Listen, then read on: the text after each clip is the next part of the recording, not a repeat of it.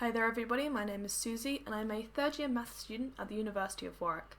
I'm sure a lot of us have heard a lot in the news recently about the cost of living crisis, and obviously as a student that's going to be hitting us as hard, if not harder than anyone else. So I thought today I'd kind of go over some of the ways which I have been trying to, manage my financial situation as best as I can, but I specifically wanted to kind of target it to making the university work for you, making your student lifestyle work for you, because you're paying a fair amount to be a student. So specifically the University of Warwick, what can it offer you as a way to kind of save money in these times?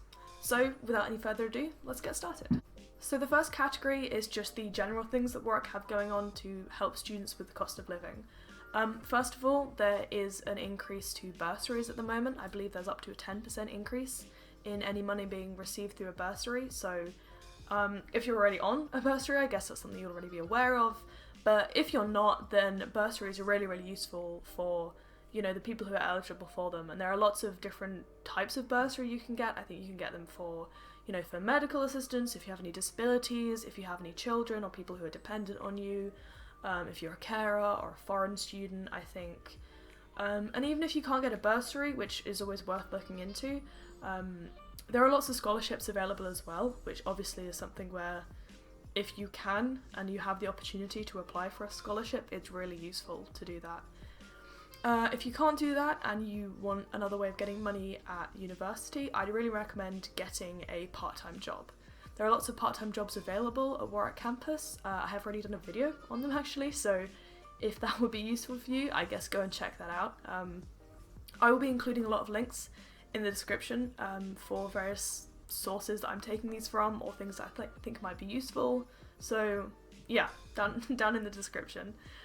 Another way of saving money is just, if you are a student, there are lots of kind of student discount websites available to you. So things like Save the Student, Student Beans, Unidays, anything like that, where if you are already shopping, sometimes you can get a discount for being a student.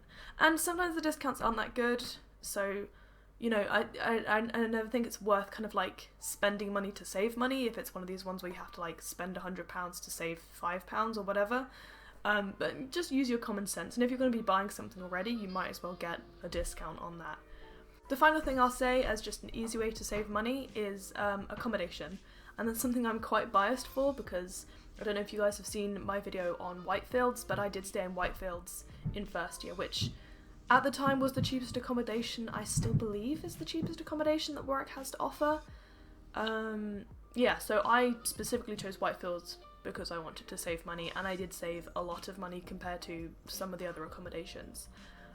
Obviously some people can afford to pay for the more expensive accommodations, and for some people that is, a really big priority where they're living. But for me, it absolutely wasn't worth spending that much more for like a double bed or an ensuite or whatever, so I think really, if you want to save money, I think really kind of do try and think about how important accommodation is to you and how important anything is to you. But for me, it didn't really feel like I was like giving up that much by staying in Whitefields. Like a lot of money saving tips are always like, oh, compromise on this one thing so that you have enough money, but it never really felt like I was losing out by living in Whitefields, I guess. But obviously that's very up to personal taste, and not everyone lives in Whitefields, otherwise it'd be a lot bigger. So there are a range of accommodations out there for a range of price points, but just, I guess, consider ones that you might not have considered otherwise. So the next category of ways that Warwick can help you save money is through transport. Depending on where you live, you might not actually need to use that much transport. If you live in Canley, right off the bat, most places in Canley you can just walk to campus, so that's already saving a load of money, and accommodation in Canley is normally quite cheap. But if for whatever reason you do need to get around, or you are living further off of campus, or you want to go home for the holidays, you want to transport, blah blah blah, anything like that, then there are a couple of different options that, or like ways of saving money that you have access to as a student. So first of all, you can get, if you use trains a lot, you can get a student rail card where I think you can save up to a third on your train tickets. There are also lots of like bus pass deals that you can get, where basically normally the longer a time period you buy a bus ticket for, the cheaper it's going to be. So if you're living in Leamington or Coventry, those are really useful. Last year when I was in Leamington, I got the bus pass with Stagecoach, and I bought it for the entire year because it was a lot cheaper than just getting it for the terms individually. So that's a great way of saving money, and lots of people, you know, use buses a lot of the time, so you're not going to be alone in terms of trying to get that discount, I guess. Another option which I personally didn't know about until quite recently is Warwick has a partnership with the Lift and Go app, which is essentially, from what I can gather, like a carpooling scheme where you can either like sign up to drive people and or you can be driven. So you don't have to already have a car, but obviously you get different incentives and it's a lot cheaper than, you know, some of the other options that are out there, especially if you're going to the same place and you live close to each other. It's definitely something to consider. Another mode of transport which is quite big on Warwick campus at the moment is the e-scooters, like the electronic scooters. I personally am terrified of them. I just am convinced that I would fall off, but if that is your cup of tea, you can get a student discount, I believe, because Warwick has obviously done some partnerships with some of the companies, and that's why you have the ranks of them everywhere. If you don't want to do that, I guess it's not something that Warwick is specifically doing, but getting a bike is a good way of getting around quickly for shorter distances, and Warwick does have lots of like bike racks up everywhere, so it is something that's supported. There's also, I think, you can rent bikes at Warwick campus, so if you just want it for a short term, that's something to consider. Again, it's just another way of getting around. And finally, something which Warwick has been promoting a lot recently has been the Better Points app, where the whole point is to incentivize people using more sustainable forms of transport, and every time you do use a more sustainable form of transport, you get points, and these points can eventually get cash back or rewards or blah blah blah. So just something, I guess, if you're already using these transports, you might as well, you know, sign up to this app and then get some kind of cash back for your troubles. But at the same time, if you're like driving a lot, obviously it might be more affordable for you that way, but it also might be more affordable and more sustainable for the environment to try and consider some more some more sustainable transport, and then hopefully the Better Points app will kind of help make that worth your while. The next category is something that all of us need, and that is food. I couldn't think of that many work specific tips and tricks, I guess, because a lot of it is just in what you personally cook and what you personally spend. But for the things that I could think of, first of all, if you're not aware, there is an app called, or a website, I'm not sure, called Too Good To Go, which essentially takes food that's about to go past its sell-by date from like commercial businesses and restaurants and whatever, and gives it to you for a discounted or free price. So several of the like Warwick retail outlets do take part in this scheme. So I think Roots grocery store does take part, and some of the cafes around campus do also take part in this. So that's something just to consider, I guess, that the option is available, and it's probably going to be quite useful for you that it's very conveniently located on campus. So check that out, I guess. Speaking of Warwick retail, they do often have lots of like offers and competitions on. At the moment, I think there is one which is there's an offer at the moment which is specifically meant to kind of help with the cost of living crisis, where from Monday to Friday, I think it's around midday-ish, in the library coffee bar and in the Oculus you can get free soup. Obviously stocks while stocks last, all of that kind of stuff, but that is quite nice that just if you are in the area at the time, you can just kind of go and get some free soup, and that will help with, if you're maybe struggling to eat, that might be very useful for you.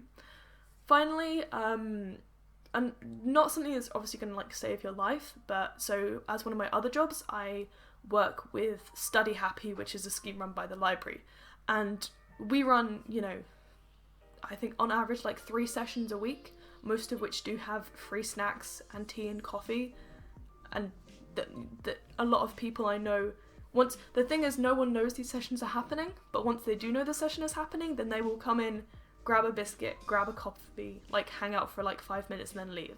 And that's absolutely fine. That's the whole point of these schemes, is to help people enjoy themselves and to help people take a break. So if you want free snacks and also a good time, you can just come for the free snacks, I guess. But study happy is something which I personally really enjoy, and I wish I'd known about sooner, because I was in the library all the time in second year and I could have just gone and gotten so many biscuits. Alas. So my final category then is entertainment. Right off the bat, an excellent way to kind of have a good time whilst not spending any money is joining any of the many free societies that Warwick has. The two societies that I interact with the most are the Knitting and Crochet Society and the Warwick Pantomime Society. Both of those, free to join, free membership, no money's required from you. Lovely. That's genuinely what I spend probably most of my free time doing, is like going to those societies or whatever. And I'm not paying for any of it, so that's really useful. If you are more of a sporty person, then that won't necessarily work for you, because I think most of the sports do have some kind of cost. Some of the sports societies do have some sort of cost combined with them, but something that I'd recommend if you're into sports is definitely looking at all of your options before committing to anything. You can, through Warwick Sports, you can get various memberships, but sometimes joining the sports society for the same thing actually works out cheaper. For example, I like rock climbing, and if I wanted to kind of buy a climbing membership, because I'm not able to go as much as a climbing membership would like need me to go, I guess, to make it break even, whereas joining the climbing club at Warwick was a lot cheaper for me. I did have to pay the sports federation fee, but that worked out a lot cheaper in the long term than just joining the actual climbing thing.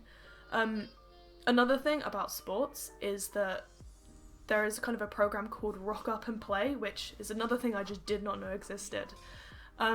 Basically, it's just meant to be, as the name says, you don't have to have any expertise in the sport, you can just rock up and play. And a lot of the things are free for Warwick students, so that's definitely something I'd recommend checking out. If sports aren't your thing and you maybe prefer something like reading, then obviously, you're going to want to go to the library. I was going to say recently, but I guess it wasn't that recent. The library set up kind of like this breathing space, like relaxation zone place, which is meant for people to just go and chill in a library. And something that I realised when I went there to hang out the other day is they've got quite a few fiction books. So I got to take the Heartstopper graphic novels out from the library, and that was just a really nice time. Obviously that comes free with being a Warwick student.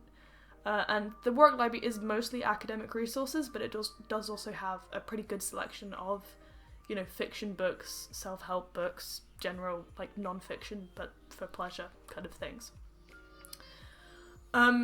Also, another thing which feels new to me, but isn't that new, is the Warwick Arts Centre. They have quite a few kind of student tickets available, which are cheaper than if you were not a student, I guess. But also they have the Mead Gallery, which has free exhibitions, I believe. So if art is your thing, absolutely worth checking out. So those were all the ways I could think of for how Warwick is helping its students to save money.